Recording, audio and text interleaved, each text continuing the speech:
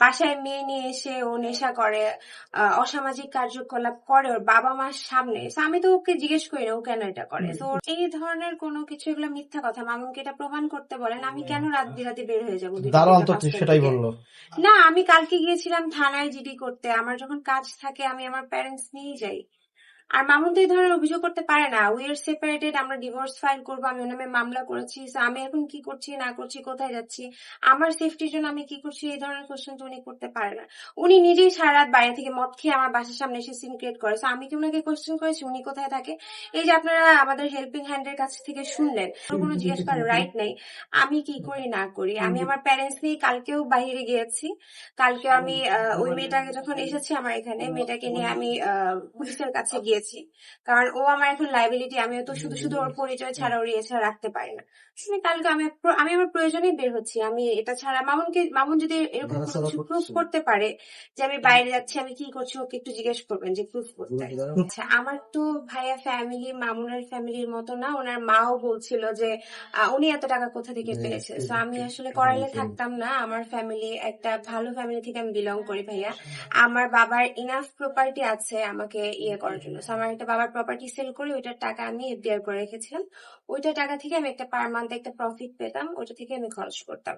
আর যে ওর গাড়ি কেনার টাকাটা ওইটা আমি এফডিআর ভেঙেই দিয়েছি। আমি একটু জোরে বলেন। হ্যাঁ ভাইয়া, মামুনের এসব তো থামতেছে না। ও তো আজকেও দেখলেন আমার বাসার নিচে এসে সিন ক্রিয়েট করতেছে। গতকালকে এসেছে, গতকালকে এসে সিন ক্রিয়েট করেছে। ওর এসব থামতেছে না কোনোভাবে। সো আমি এই জন্য আপনাদেরকে রেখেছি যাতে আমি এইসব নিয়ে আবার কথা বলতে পারি। আর আমি আইনি পদক্ষেপ নিয়েছি অলরেডি ভাইয়া। আমি একটা মামলা করেছি। সো যৌতুকের মামলা করেছি আমি আপাতত।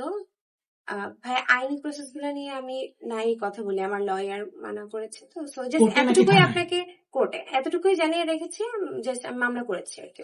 হ্যাঁ, ওদিন তো আপনাদের ফোন কলেও বললো ও আমার কাছে টাকার কথা। কত টাকা দাবি করেছে? 1 কোটি টাকা যমুনাতে দোকান নেওয়ার জন্য। 1 কোটি টাকা?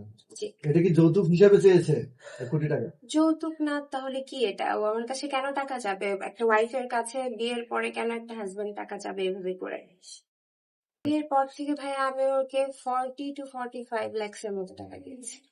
খুবই ফালতু কথা ভাইয়া। আপনার বিয়ে হওয়ার পরে হেয় করার জন্য, হেয় প্রতিপন্ন করার জন্য যে সেসব কথা বলেছে। কিন্তু সেটা আপনার বিয়ের পরই বলেছিল আর কি। জি, তাহলে বলার থাকলে তো আগেই বলতো, তাই না? বিয়ের পরে আমাকে হেয় করার জন্য এই ধরনের কথা কেন বলবে উনি? স্টেটমেন্ট যখন আপনাদের সম্পর্কটা ভালো ছিল তখনই কিন্তু বলেছিল কথাটা। আমি আসলে জানি না ভাইয়া উনি কেন এই কথা বলেছে, এটা আসলে উনি বলতে পারবে ভালো। আমি ভাই একজন প্রফেশনাল মডেলিং করতাম আগে। আমি 1 বছর যাবত এটা কুইট করেছি যাতে মানুষ বলতে না পারে যে আমি মামুনের সাথে ভিডিও করার জন্য, ভাইরাল হওয়ার জন্য এসেছি। এই জন্য আমি আমার নিজের প্রফেশনই ছেড়ে দিয়েছি, মিডিয়া ছেড়ে দিয়েছি। প্রুফ করতে পারলে তো প্রুফ করবে, ওকে জিজ্ঞেস করেন। আমি ওপেনলি আপনাদের ক্যামেরার সামনে বললাম, ওকে প্রুফ করতে বলেন যে ও যে আমার নামে এলিগেশন দিচ্ছে, এগুলো প্রুফ করতে বলেন।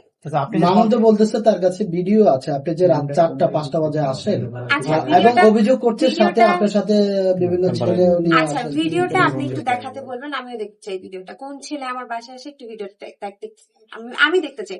আপনারা দেখতে চান না? অভিযোগ করার পরে আপনাদেরকে যে বললো এটা আপনি দেখতে চাবেন না ভাইয়া? আপনি কি আপনি রাতে 4টা 5টা পর্যন্ত বাইরে থাকেন? কখনোই 4টা 5টা পর্যন্ত বাইরে থাকি না। মামুন যে আপনার কাছ থেকে 40-50 লাখ টাকা নিয়েছে সেটার কোনো প্রমাণ আছে আপনার কাছে? আমার ভাই, আমি এফডিআর ভাঙিয়ে দিয়েছি, তো আমি আমার ব্যাংকের স্টেটমেন্ট দেখাতে পারবো। আর বিয়ের পরে কতটুকু টাকা উইথড্র করেছি এটা স্টেটমেন্ট।